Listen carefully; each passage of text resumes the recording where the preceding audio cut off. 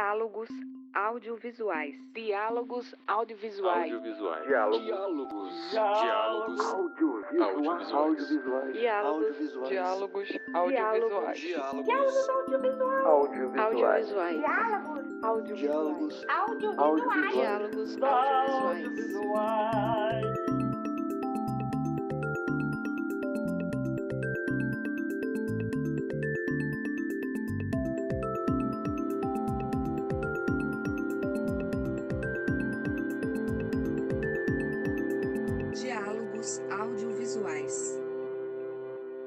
Olá, sejam bem-vindas e bem-vindos a mais uma edição do projeto Diálogos Audiovisuais.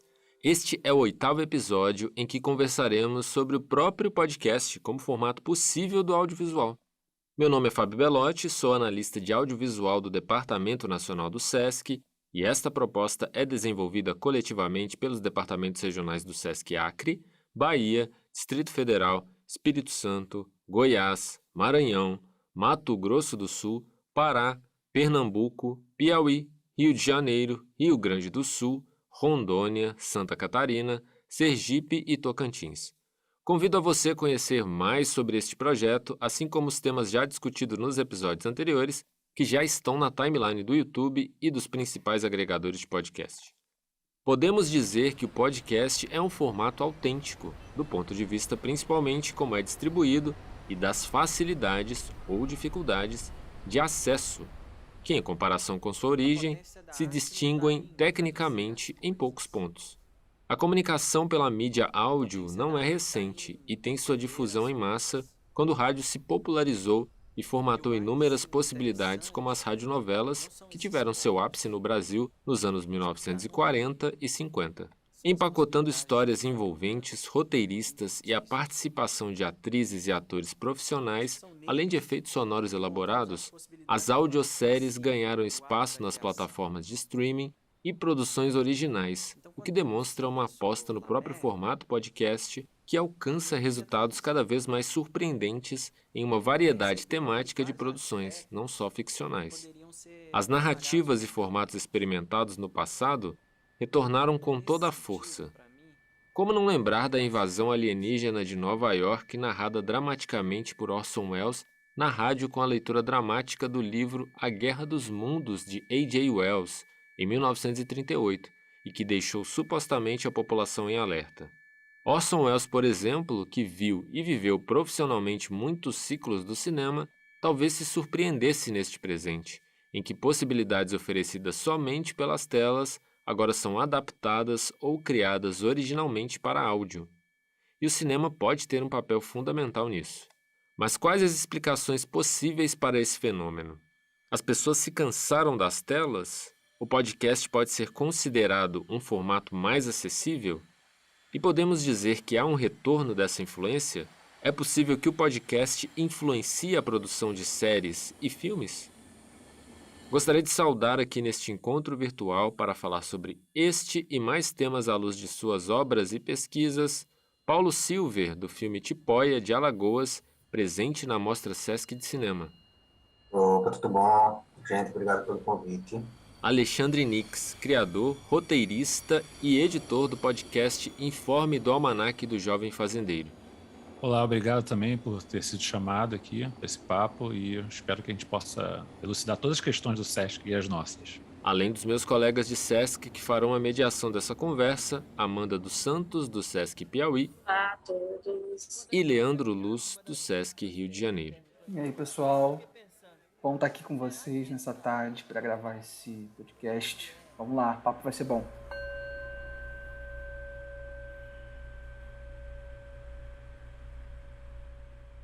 Essa é uma meditação curta que tem como objetivo serenar a mente e fixar você no momento presente. Antes de começar, encontre uma posição estável e confortável, que pode ser deitado numa esteira ou no tapete grosso, ou sentado numa cadeira firme com encosto reto, no banquinho para meditação. Paulo Silver, de Alagoas, comentar um pouquinho sobre o Tipóia, sobre ele mesmo. De modo que sua postura reflita sua intenção de estar desperto e atento. Então, gente, olá, Paulo, sou aqui de Maceió, Alagoas, Grato pelo convite. Bom, assim, antes de falar sobre Tipóia, falar um pouco sobre mim, eu sou jornalista de formação, mas na universidade cruzei com o cinema, assim, nas únicas 2 disciplinas de cinema. Agora traga sua atenção ao centro do corpo. Se quiser, coloque a mão no abdômen para senti-lo subir e descer. Campus mesmo, eu comecei a produzir, em direção, a fazer alguns filmes. Acho que isso foi em 2012, 2013 eu dirigi o meu primeiro filme, 2014 foi meu TCC, que foi um doc, assim.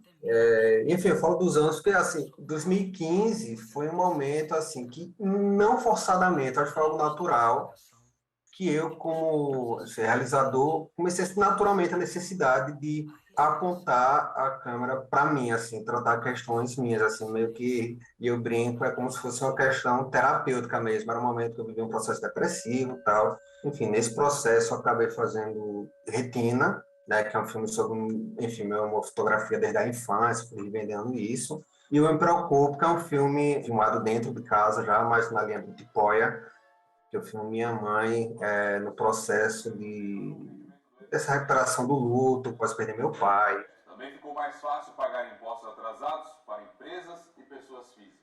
E o Tipóia vem disso, desse processo de naturalização, assim, eu acho que dessa câmera dentro de casa, né? Eu vinha nesse lance de colocar a câmera, estudar, enfim, essa posição da câmera meio que recuada no ambiente interno, mas ao mesmo tempo nem tão recuada assim, porque eu era um personagem, ao mesmo tempo o realizador. Aí veio um incidente que foi, enfim, deu uma capotada de bicicleta, assim, no final do ano de 2016, caí com o ombro, tive que operar o ombro. Pô, o que é que eu vou fazer agora, assim, tive que parar de trabalhar pelo menos 4 meses para recuperação, e logo no primeiro dia eu disse, cara, eu preciso fazer alguma coisa, assim, e eu acho que mais uma vez a saída terapêutica, assim, para minha mente foi filmar, e aí com a ajuda de outras pessoas, enfim, as pessoas com quem eu vivia, né, com a namorada minha, e minha mãe, assim, então eu comecei a filmar o cotidiano, assim como eu filmava já no filme anterior, né, enfim, situações corriqueiras, enfim, eu tomando banho, me alimentando, trocando curativo. E foi isso, assim, mas ao mesmo tempo, e isso é muito doido, assim, que esse foi realizado entre 2017 e 2018.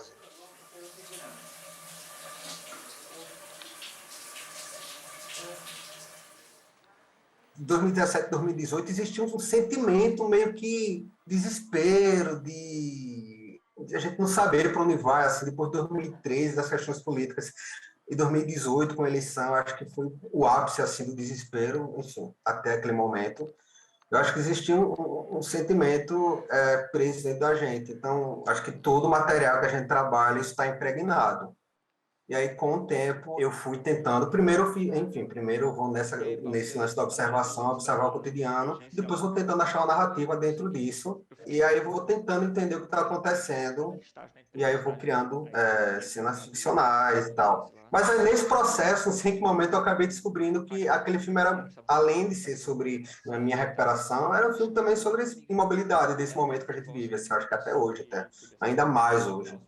E aí era um momento, além pessoal, né, da mobilidade pessoal, uma questão de mobilidade local também, que a gente tinha um edital travado para ser pago, a gente tinha quase certeza que o edital não ia ser pago, enfim, estava todo mundo desesperado. E aí o filme eu acabo trazendo para o filme essas 3 camadas, pessoal, local, né, da cena do audiovisual, e nacional, política. Dentro desse processo de primeiro observar e documentar o que está acontecendo e depois criar cenas ficcionais, né, eu vou, enfim, não me preocupo no filme anterior, pelo menos eu fui, enfim, entendendo o narrativo, entendendo o arco narrativo, o primeiro e o segundo ato. No Tipóia foi algo completamente diferente, o filme funcionou quando eu abri mão de procurar uma estrutura narrativa tradicional e mergulhar nas questões de fluxo, na questão também de sentir, e mais numa questão dos sentidos, assim, do que eu queria, de sensações também, do que eu queria apresentar no filme. também pro cinema. Mas é por causa dos corres mesmo e tal, sabe? Surgiu um filme, mas eu tive que largar na segunda diária da pré porque não rolava não. Tá uma loucura aqui na redação, um monte de coisa. Tinha que terminar aqui aquela matéria da reforma do ensino médio que eu te disse. É como se de alguma forma, assim... Passar agora pro Alexandre Nix, falar um pouquinho sobre ele.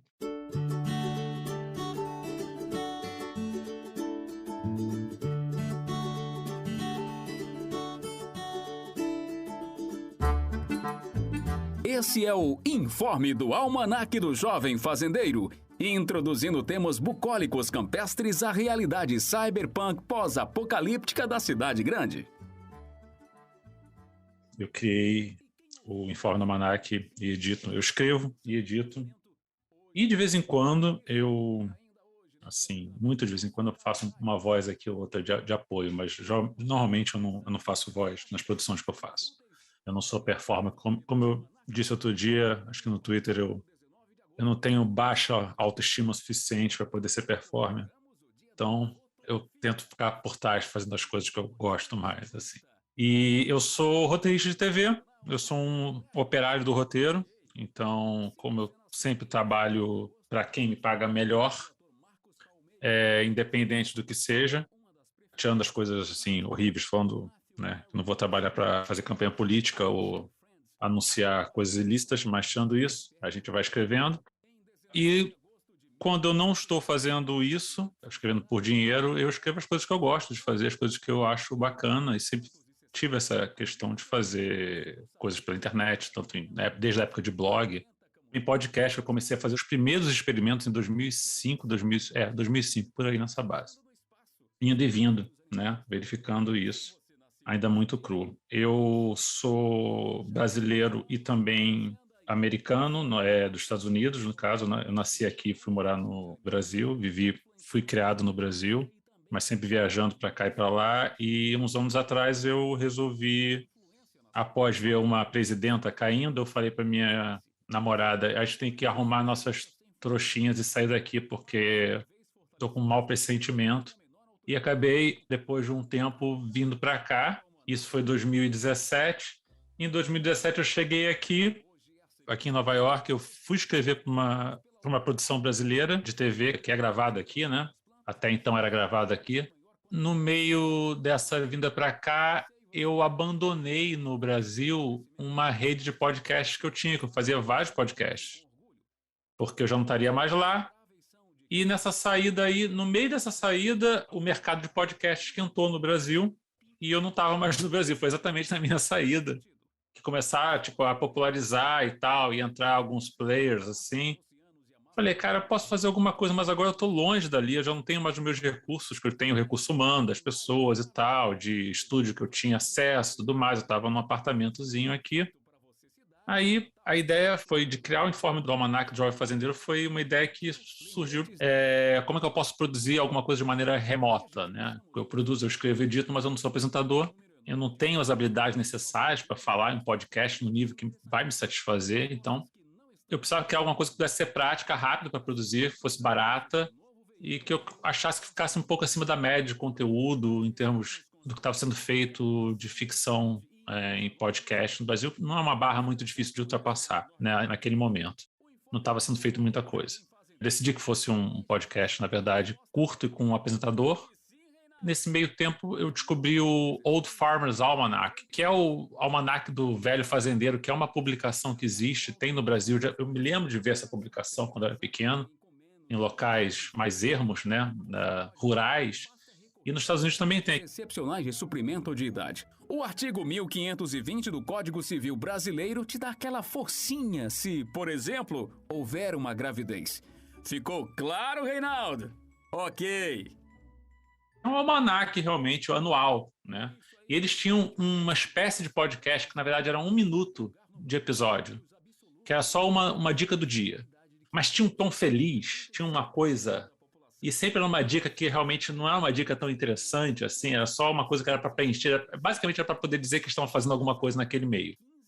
E eu achei muito bacana. Falei assim, vou fazer uma paródia desse tom, desse conceito, né? Não importa se é conhecido no Brasil ou não. Eu vou criar uma voz original baseada nisso, vou usar isso, desconstruir essa ideia e criar um programa que seja fácil de administrar. Então, eu trabalho muito com a cabeça de produtor, né? Então, o que eu posso fazer? E depois eu crio em cima. Então, minha rede tinha terminado, eu tinha só um episódio especial, outro de uma outra série que eu fazia com Verdades Absurdas. E quando a minha rede saiu, esse vácuo foi preenchido por umas pessoas que eu conhecia que fizeram uma empresa, que era a HalfDef. E eu até ofereci o piloto do Informe para a HalfDef, porque eu queria ter um pé na podosfera brasileira, e eu conheço o pessoal, né, que estava fazendo lá. O piloto e o primeiro episódio que eu mandei foram rejeitados por ele, porque eles acharam que não ia render, que ia ficar muito repetitivo, e que parecia que o locutor estava lendo, que não estava entendendo o que estava acontecendo. Pois nossos ouvintes com certeza sabem bem essa resposta. Mas lembre-se, não existem perguntas idiotas, apenas perguntas de pessoas como você. Eu gostava daquele estranhamento, né? Então encaixava com a minha proposta. Mas aí foi rejeitado e tal, e eu trabalho muito motivado pela raiva, né? A raiva é uma coisa que me motiva muito. Eu não tenho motivação por amor. Com amor eu não saio da cama, eu fico na rede, eu amo todo mundo, fico de boa. Mas a raiva me ajuda a produzir muito, entendeu? Então eu fiquei com raiva daquilo. Eu falei, não, agora eu vou fazer uma série inteira e vai ficar legal, vai ficar boa, e vou mostrar que vai ficar bem bacana e que pode render mais, sim. E eu fiz completamente motivado pela raiva. E, na verdade, foi ter bastante sucesso, até acabou me abrindo possibilidades comerciais, vamos dizer assim, interessantes. É isso, num geral rápido de como foi criado. Informe do Almanaque do Jovem Fazendeiro de hoje. Sou seu locutor Ceará e você pode saber mais sobre essas e outras dicas no nosso site.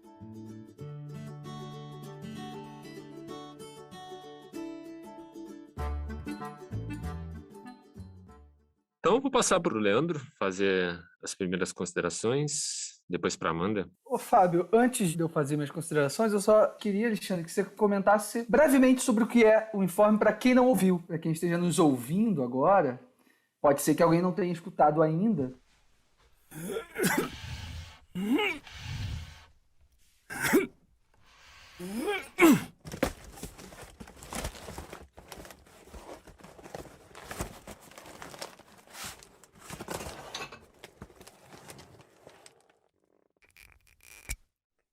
É uma coisa um pouco difícil de explicar em uma frase, mas vamos lá, vou tentar fazer aqui no improviso. É uma série ficcional que tem muito de humor e ficção científica e horror cósmico misturado e que absorve muitas referências literárias e de cultura pop se entremeando e criando um tecido da própria trama ao mesmo tempo. Então, não é só uma referência jogada, aquela referência ela tem que estar coesa com esse universo e tem que estar engatilhando uma outra ação que tem que estar funcionando nesse mecanismo geral.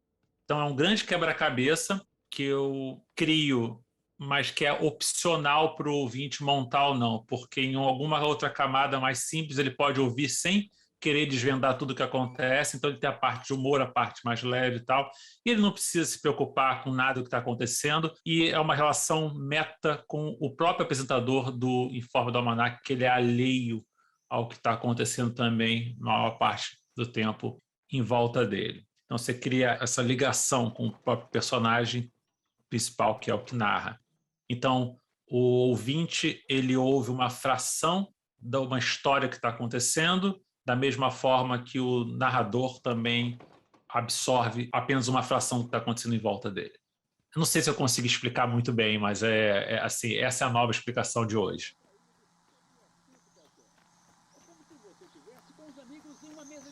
Mas você não pode dizer nada. O bar não existe e eles não são seus amigos. Hoje vamos brindar o fim da nossa primeira temporada. Estão funcionando das 9 da noite. Hoje você já conhece. Frigideira e companhia. Acho que tanto o protagonista do Tipóia, né, no caso, enfim, o próprio Paulo, ou a versão Paulo diante dessa câmera, né, diante desse dispositivo que ele próprio cria para si. Então, tanto esse protagonista, né, do Tipóia, quanto o radialista / apresentador do Informe do Almanaque, meio que se apresentam, né, aos espectadores e aos ouvintes de um modo ou de outro confinados em seus respectivos espaços. Não sei se totalmente confinados, mas em grande medida confinados, né? O Paulo confinado dentro de casa, braço quebrado. O radialista confinado na sua cabine, digamos assim, né? Confinado espacialmente na sua cabine e conceitualmente, filosoficamente, dentro da sua cabeça, né? Dentro do seu universo colorido que ele cria para si, de algum modo. Talvez o leve a estar alheio, né, dessas coisas que o Alexandre acabou de falar, que acontecem ali na cidade. Como que vocês enxergam essa relação, né, desses protagonistas, de certa maneira, isolados, com as notícias do mundo que acabam por invadir esse espaço? Talvez até de forma violenta, né? Aí acho que ora de forma experimental, documental, como é o caso do Tipoia, e ora pelo riso, né? Pelo cômico, pela comédia, como é o caso do Informe. E de alguma maneira, essas notícias do mundo que invadem violentamente esses espaços revelam um universo político muito complexo exterior. Talvez a gente tenha o dado da realidade, outro um dado da ficção, que, por sua vez, também tem um dado da realidade e a ficção também. Enfaticamente, a investigação pedida pelo Supremo Tribunal Federal será território onde surgirão todas as explicações.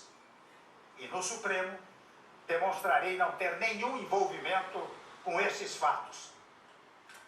Não renunciarei. Repito. A sensação é que... O Tipoia, ele coloca notícias, assim, enfim, notícias verídicas e cotidianas do cenário político. Assim, é a interpretação, não é a notícia diretamente. Eu acho que o que a gente acaba sentindo é a interpretação de cada personagem sobre aquela realidade, assim, aquela notícia, assim. Ele tem meio que 8 estágios, que cada um é uma semana, mas antes desse tratamento ele tem uma premeditação que é massa. O filme, assim, eu acho que assim, existe, claro, críticas sociais e tal, mas aí são caminhos de construção dessa crítica, né, de uma forma criativa, né? Às 10 da manhã, lá na própria Secult, sobre o lance do pagamento dos projetos do edital. Que me guiará. Muito obrigado. Muito boa tarde a todos. Hoje vamos aprender mais sobre o estado do Espírito Santo, o picles do sanduíche composto pelo excitante Rio de Janeiro, a animada Bahia e a hidromineral Minas Gerais. É a série Estados do Meu Brasil, diretamente das páginas do nosso almanac. Eu troquei com o Paulo e a gente chegou também a essa conclusão, na verdade. Eu escrevi para ele que os personagens foram personagens apartados de seus microcosmos em um universo que desvaloriza ou ignora os seus microcosmos. Isso é uma coisa que a gente tem em comum, com certeza. Também a coisa de poderes maiores que vão forçando esses personagens essa condição precária que eles estão de alguma forma. Mas eu acho que, a partir daí, difere muito. Principalmente quando você toca olhando na questão política, e é claro que tudo é política, tudo vai ter alguma coisa, algum esbarro de política, mas eu estou pensando na questão da intenção. No Tipoia, a gente tem as notícias do sistema e tal se intrometendo de alguma forma, né, na narrativa, e você vê que essas incursões das notícias, elas têm um efeito emocional e sentimental, né, vamos dizer assim, no personagem. Existe uma reação. E aí, Léo? Um mês só, velho. Complicado. Aqui tá meio tenso também. Eu tô fazendo isso, eu tenho um mês, né? Eu dei entrada no auxílio, mas a perícia ficou só pro mês de abril, né? Se eu receber esses primeiros meses, vai ser retroativo. Se rolar, né? O pessoal lá perguntou se eu tava desempregado. Eu falei, não, sou autônomo. Os trabalhadores e suas famílias durante toda a vida. Elas infligem no personagem algo. É uma coisa emocional, existe uma reação emocional, existe uma carga emocional para elas estarem ali. No Informe não tem isso. Ao invocarmos a Santíssima Trindade, oriunda do Evangelho de Mateus, proferimos muitas vezes junto com o sinal da cruz os dizeres: em nome do Pai, do Filho e do Espírito Santo. Esse último não se trata de um fantasma que assombra seu ombro direito, e sim de uma referência ao mítico estado brasileiro do Espírito Santo, o Acre da região sudeste. As notícias que acontecem da cidade não mudam o personagem. O personagem ele não tem nenhum tipo de alteração. Até o final dele não muda em nada. Ele continua o mesmo. Ele é completamente alheio. Então, não importa o que vai ser narrado por ele ali. Ele sempre vai ignorar qualquer tipo de coisa ruim. É um personagem horrível, na verdade, porque ele é completamente, realmente alheio, ignorante. A gente não sabe se é propositalmente ou não. E no caso de Tipoia, tem essa coisa emocional bacana. O meu é quase cartunesco, né? Então, assim, as diferenças, eu acho que também são grandes. Possui praias paradisíacas repletas de condomínios mineiros e o nativo povo conhecido como capixabas, que em tupi significa o que nasce para emigrar. Eu acho que essa violência e essa ameaça, de alguma maneira, é externa aos personagens, afetam eles de algum modo. E quando você diz que não, Alexandre, a gente tem um personagem constante, né, ao longo de todo o podcast, mas eu acho que há uma afetação, por mais que ela não se traduza em reações distintas do personagem. Assim. Há uma reação, sobretudo em relação ao ouvinte e àquele personagem. Particularmente uma análise minha, enquanto ouvinte, assim, esse personagem ele vai mudando para mim ao longo do programa. Quando eu escuto o penúltimo e o último programa, ele já não é o mesmo do que eu ouvi lá na primeira, por mais que ele aja da mesma maneira. É isso, eu passo a encarar ele de outro modo, assim, eu começo a ter raiva dele, falar, cara, como assim você continua nesse seu mundinho, sabe? Com o mais recente burburinho do coreto. Seu Ernesto, proprietário do armazém Mato Grosso e carinhosamente também chamado de Pouca Telha, por sua ausência total de qualquer penteado, acaba de fechar um negócio que tá dando o que falar. Na verdade, você conhece mais o personagem, na verdade, né? Eu não acho que o personagem muda. A tua interpretação dele é que muda, porque você vai entendendo mais um pouco do contexto.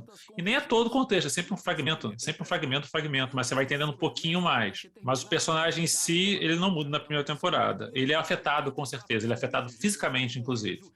Mas como crescimento de personagem, emocionalmente, ele não é afetado. Assim, eu acho que, como no cinema a gente fala, assim, você não tem que resolver o problema do filme na atuação ou na foto. Eu acho que tá tudo ali, tudo vai pra montagem, tudo vai ser construído e a relação vai ser construída ali, assim. O personagem, o Alexandre cria, eu acho que é apenas uma das questões, assim. Claro, vou falar, atuação. Acho que tem um trabalho de, enfim, sempre manter o mesmo ritmo, sempre manter, enfim, uma mesma toada. Mas, ao mesmo tempo, assim, existem umas coisas, assim, uns detalhes, assim, por exemplo, umas pausas muito doidas, assim, em momentos certos, sabe? Que aí mudam toda a questão e constroem uma ironia, um outro sentido, assim, para o que ele está dizendo, né? São camadas, as pausas, a interpretação e tudo mais, elas estão para poder gerar realmente para deixar dúbio mesmo, para poder você interpretar como você quiser, que é a grande coisa, deixar realmente possibilidades de interpretação. A pior coisa que eu fiz, na verdade, foi uma vez que eu fiz 2 episódios em que eu explicava a trama. Depois eu tirei do ar, que é péssimo, porque eu estou roubando do ouvinte a interpretação dele de várias coisas. Resta saber agora para quem são os 33 sanduíches e se isso tem a ver com o recente fluxo de 34 refugiados venezuelanos que ocupam, desde o começo da semana, as 2 pousadas da cidade. Mais sobre isso e muito mais em próximas edições do Informe do Almanaque do Jovem Fazendeiro. Sou seu locutor Ceará e acompanhe aqui novas dicas e mais sobre o que acontece no interior. Refletindo sobre o podcast agora, na própria fala do Nix, que ele disse que assim quando ele saiu do Brasil, né, teve um boom de explosão de podcast para todo lado. Inclusive, queria até saber se bateu arrependimento quando isso aconteceu aqui. Não vou dizer que bateu arrependimento, assim, porque é complicado, porque em teoria sim, mas na prática não. Porque a ideia, assim, agora tá esquentando, depois de tanta coisa que eu fiz, desde 2013, fazendo um podcast de alto nível, contratando estúdio, não sei o que, agora que entra. Mas mesmo assim, o que acontece esse boom foi muito mais hype do que qualquer outra coisa. Porque em termos de valores, em termos de indústria, não tem ainda. E se comercialmente não vale a pena, eu posso continuar produzindo pequeno simplesmente por pura vontade, por arte, por o que eu quiser, e tá muito bem, obrigado, entendeu? E continuar com isso. João, estagiário aqui de Arte e Educação, e eu queria perguntar uma coisa, pelo que você fala, e até porque você falou que gravou esses episódios que você acabava explicando muito e depois apagou, é que o universo do Informe, ele parece ser uma coisa muito maior, né? Você dá a possibilidade das pessoas completarem aquele universo, né? Em certo sentido. É muito legal criar essa tensão dessa coisa das pessoas terem uma possibilidade de imaginar aquilo, mas aquilo não está oficializado. E o que eu queria perguntar é como que você percebe o que deve ser colocado e o que você guarda daquele universo que não entra ali Esse é o informe do Almanaque do Jovem Fazendeiro. Seus minutos de sabedoria pastoril no melhor do podcast rústico da internet. Hoje vamos conhecer a obra de uma cidadã ilustríssima de Bom Jesus, saber o que acontece na nossa cidade e falarmos sobre o que fazer quando o ano letivo termina no exato momento em que sua plantação foi destruída por uma súbita mudança climática. O nosso almanaque tem a solução alternativa para crianças que não poderão se entreter com o labor da lavoura esse ano. Eu estava vendo o filme do Tipóia e no e-mail que eu mandei para o Paulo, eu fiz a bobagem de perguntar uma coisa que eu não entendi do filme e ele, felizmente, não me respondeu. Eu acho que ele esqueceu. E depois eu acho que eu fiquei até feliz de não responder. É bom isso. Eu ainda estou tentando entender. De repente é uma coisa que vai fazer eu assistir de novo o filme, tentar achar uma interpretação para aquilo que caiba para mim melhor. Ô Paulo, eu queria jogar primeiro essa pergunta para você antes de eu responder. Como é que é para você essa questão? Porque tem elementos no Tipóia também que eu não achei tão explicado, o que eu acho bom, o que eu posso projetar. Como que você viu isso? Porque a minha pergunta era, que diabo é aquele ruído que volta e meia aparece no som, entendeu? Eu não faço ideia, não responde. Eu estou só ilustrando para você, mas são questões suas, assim, entendeu? Eu quero passar primeiro essa pergunta aí para você. Como é que você vê isso? Realmente, eu não respondi, né? Não, mas não responde não. Não, tranquilo. Eu senti, quando eu sentei para fazer o roteiro do Tipóia, que eu tinha muito assunto, muita imagem diferente, e tinha muito tema, além dos temas, enfim, né? Do tripé, do sentimento pessoal, local da cena aí nacional, inclusive mesmo, assim, nacional, política, enfim, e até imagem, assim, do impeachment da Dilma, eu regravei, enfim, tenho nos arquivos, assim, tenho isso tudo. Eu senti que tinha muito material, e quando eu tentei organizar isso, eu acabei que foi o que eu falei, assim, eu tentei roteirizar isso, acabou que não rolou, assim, eu tentei mais para essa questão, definir o que eu queria para o filme em termos de sentimento, assim, né, dessa mobilidade, e aí comecei a construir o roteiro que fosse mais em cima desse sentimento. O meu personagem, assim, eu gosto muito de silêncio, assim. O Paulo do filme, ele pouco fala, eu acho que ele fala mais por áudio que nas cenas. A estrutura do filme, né? Os pilares são as cenas documentais, né? Enfim, e aí, só que só essas cenas documentais elas não construiriam esse sentimento. E aí eu vou enxertando essas questões, esses signos, assim, por exemplo, as imagens dos equipamentos parados. O que causa essa costura, né, entre esses pilares são as cenas ficcionais e as cenas das notícias, né?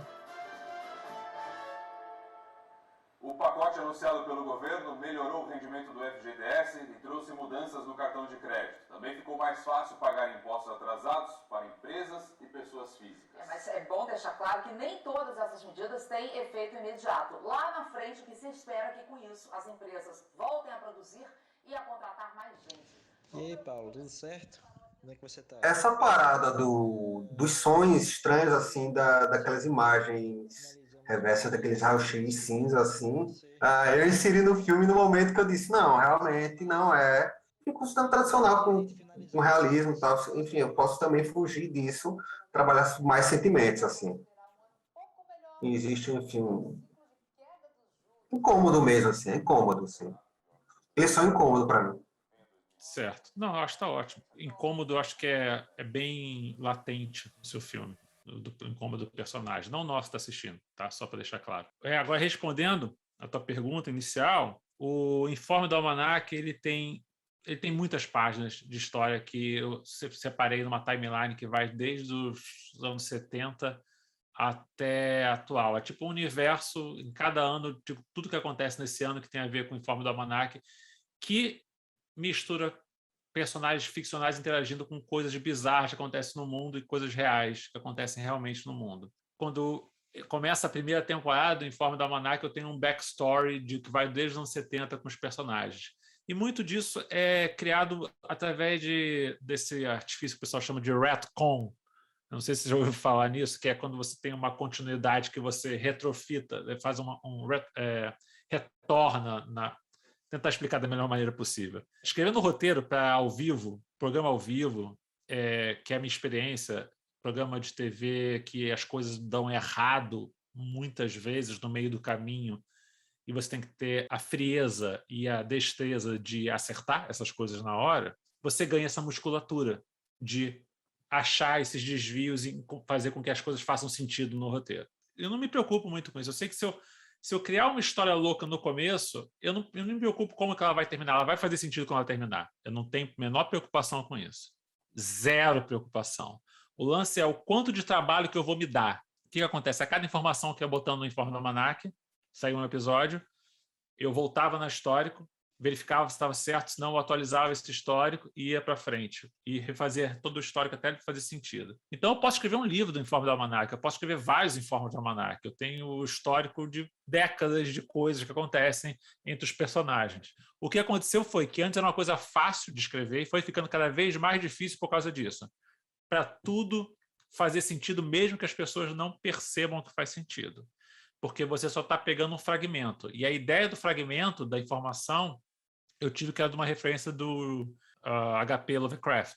Como uma pessoa muito complicada, muito difícil, muito ruim, mas na parte da escrita, as histórias que ele tinha, basicamente, era sempre algum personagem esbarrando com um fragmento de informação que ele não deveria supostamente encontrar, e baseado nesse fragmento de informação, ele acaba pesquisando e encontra outro, e de repente ele tem 2 fragmentos que alguma coisa faz sentido, ele enlouquece ou morre. Basicamente é sempre assim as histórias dele. Mas a ideia é essa, a ideia é que você juntar fragmentos.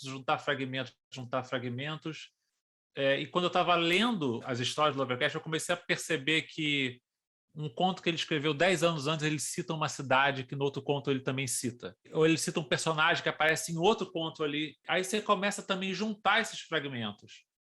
E, de repente, eu me vejo como o próprio personagem do Lovecraft. Eu estou juntando esses fragmentos e daqui a pouco vou enlouquecer e morrer. Então, eu sempre gostei dessa brincadeira, dessa coisa de até onde que eu posso colocar ali. Então, o Informe do Almanac, ele tem muito backstory, sim, e tem muita fato que é verdadeiro, na verdade.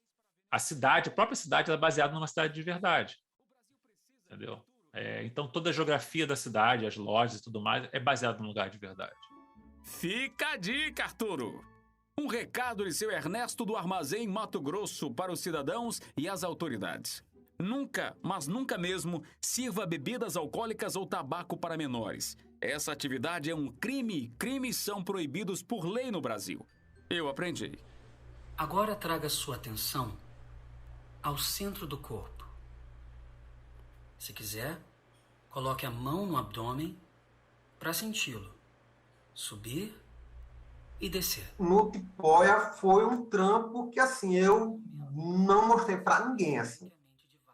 Não mostrei para ninguém. Ninguém sabia o que estava acontecendo, sabia que estava fazendo filme sobre esse processo, mas ninguém sabia também por essa necessidade de ser, não, é uma coisa... Mas também por medo também, de julgamento. Isso é uma coisa que eu tenho muito, assim. Não se as pessoas vão gostar ou não. Por julgar, enfim, meu corpo, meu cotidiano, enfim, o drama... E isso também foi um processo de se desprender disso e assumir, não, é uma questão minha, assim. Eu acho que eu falo isso porque eu estava pensando aqui que é uma questão muito difícil para mim. Eu acho que foi o único trampo que eu consegui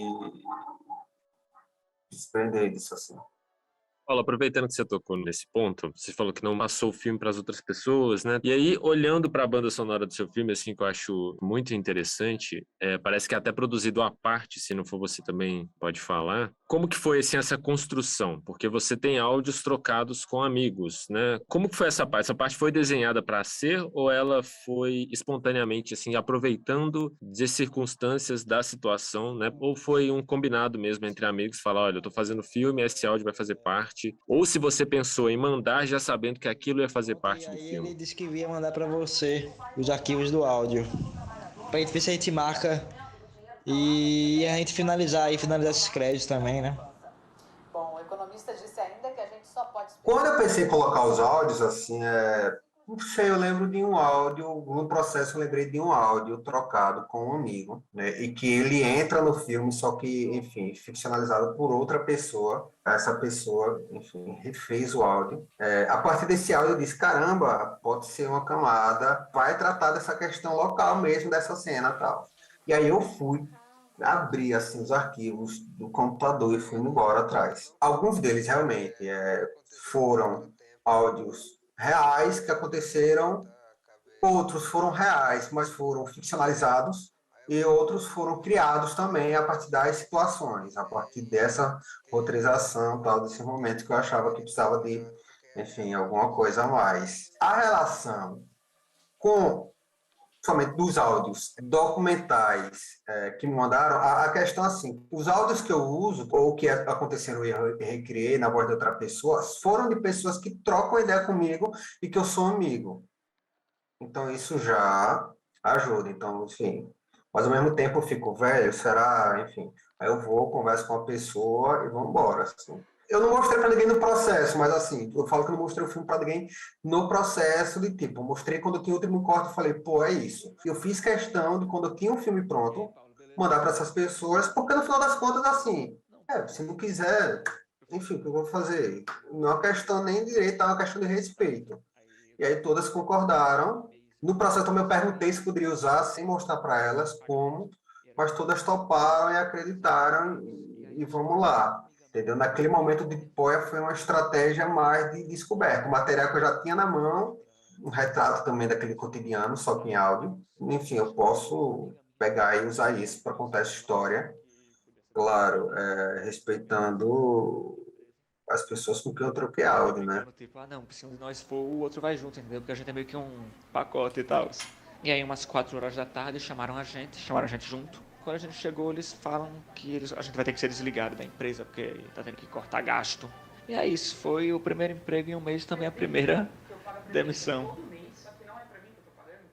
Fazer uma pergunta para o Alexandre agora, observando assim e escutando. Depois eu entrei no site, né, do Almanac para ver, né, lá tem os podcasts, lá tem as capinhas de cada um. E isso me chamou muita atenção, assim. A construção imagética que você faz para cada episódio. Eu não sei se a curadoria das imagens é a sua mesmo, se é você que escolhe cada uma, porque eu achei emblemático e faz muito sentido as capas que você vai colocando ali. É isso realmente aquilo, talvez interpreta o que você imagina para o podcast em imagem? Tem significado em cada capa, em cada título, em onde eu puder botar. Uma versão especial voltada aos moradores da nossa cidade. Esse é o informe do Almanac do Jovem Fazendeiro para domingo, 30 de setembro de 2018. Hoje, além de ser o último dia do terceiro quarto do ano, é também o dia que marca a metade da segunda metade do ano. É isso mesmo que você está pensando. Faltam 92 dias para acabar o ano. Eu faço as capas, com exceção da terceira temporada, se não me engano, que eu fiz uma curadoria com artistas variados, em que eu chamei artistas para poder fazer algumas coisas encomendadas, outras coisas que eu achei interessantes. Ninguém presta atenção muito nisso, que é podcast, todo mundo está ouvindo, mas eu quis fazer porque eu acho legal. E na primeira temporada tem essa coisa, sim, como você falou, concordo com o que você falou, existe um trabalho da imagem, sim, existe um trabalho da imagem, dos títulos, de tudo, na verdade, tudo eu tento botar informação que eu acho que é interessante, que fala com o projeto inteiro. Então, eu não quero falar muita coisa, porque também não dar spoiler de muita coisa. Em que eu vou olhar uma capa só para poder falar isso. Em 2014, o Orkut foi extinto. Em 2013, a MTV Brasil foi extinta e, em 1888, também foi extinta a vida nos olhos da terceira e quarta vítima de Jack, o Estripador. E para extinguir também qualquer dúvida sobre a transformação de Bom Jesus... Eu vou falar, então, por exemplo, o logo da capa principal. O logo é a bicicleta Penny Farthing, que então ela tem um simbolismo, que é a ideia de que nem todo desenvolvimento é uma evolução, porque a bicicleta ela foi sendo desenvolvida para a roda da frente ficar maior, até que ficou impossível praticamente você pilotar aquilo, ficou perigoso, ficou ruim, e a tecnologia da corrente foi fazendo a roda diminuir de volta. Então, a ideia de que alguma coisa está evoluindo para um lado, que está sendo desenvolvida, é uma coisa que eu trabalho. Então, esse é um tema em que eu parto o meu raciocínio quando eu vou pensar, que eu me inspiro. Onde que as pessoas acham que uma ideia está sendo desenvolvida, que é uma coisa que é uma progressão, que é a ideia de que a ida para a cidade é uma coisa que é melhor, que é mais evolutiva do que a ida do campo. Não, nada disso. Para a reinauguração do nosso querido Museu do Incêndio.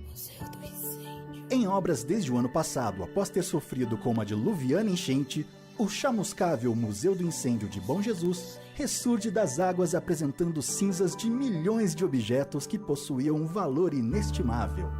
Eu vou dar um exemplo para você. Episódio 6 da primeira temporada, ele fala sobre vento. E ele menciona, o vento oeste batendo e tal, não sei o que. Ele faz uma menção.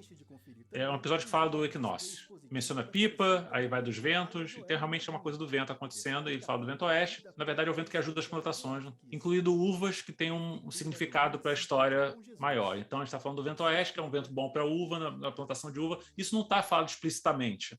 Ele só fala... Não sei quanto a vocês, mas eu já sinto o desânimo se despedindo por aqui, junto com aquela época do ano em que Bom Jesus se comporta como uma zona de convergência intertropical. Você sabia que após decapitada, uma cabeça humana mantém consciência por até 30 segundos? E já sinto o desânimo se despedindo por aqui. O vento oeste, na mitologia, é o Zéfiro. E esse Jacinto, na verdade, é uma referência ao trocadilho do personagem humano da mitologia grega, Jacinto, que é amado por Zéfiro, o personagem.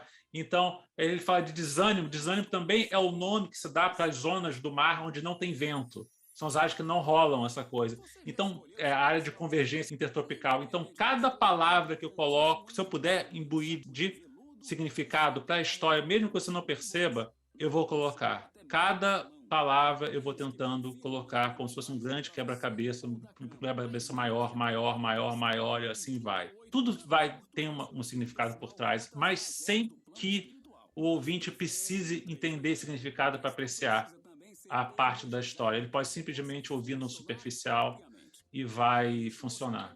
Uma das 4 dicas do Almanaque do Jovem Fazendeiro que lerei agora. Preparados? Então vamos lá. 1. Mantenha o cristal por 3 horas na correnteza de um rio. 2. Deixe o cristal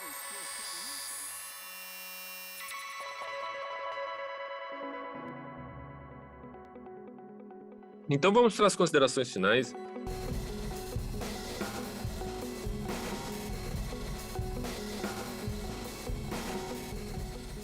Obrigado por lembrarem do Tipoia. A gente teve junto na Mostra Sesc lá em Paraty. Eu acho que foram conversas incríveis, esse momento que eu sempre lembro, com carinho.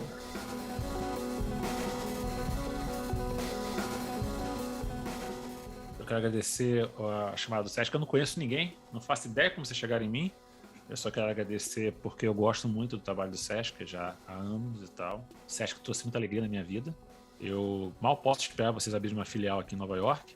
E fiquei feliz também de conhecer o Tipoia, conhecer o trabalho do Paulo, saber um pouco mais sobre... Acabei aprendendo mais sobre as relações dele com o filme. Isso enriqueceu a minha experiência. E eu espero que possa enriquecer a experiência de outras pessoas também, depois de eu ver aqui, ouvindo também, não só vendo o Tipoia, assistindo o Tipoia, também ouvindo o Informe do Almanac. Muito obrigado. Muito grata, né, novamente, por toda a contribuição que eu acredito que eu mais recebi hoje, diante, né, das gravações, por trás da gravação, né, toda a concepção, conceito, significados, palavras. Gente, valeu demais, foi ótimo passar essa tarde aqui com vocês.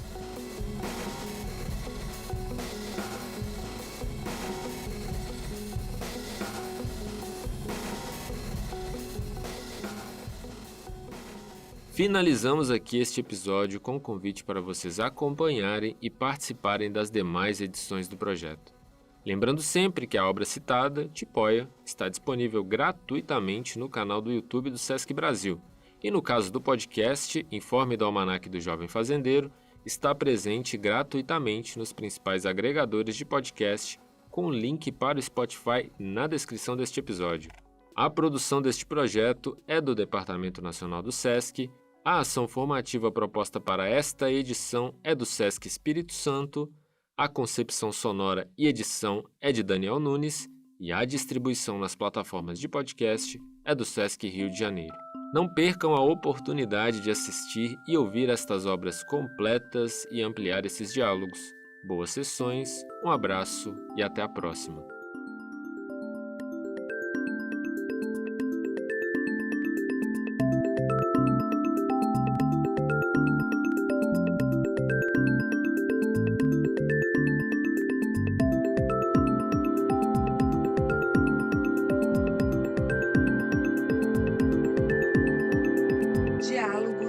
audiovisuais.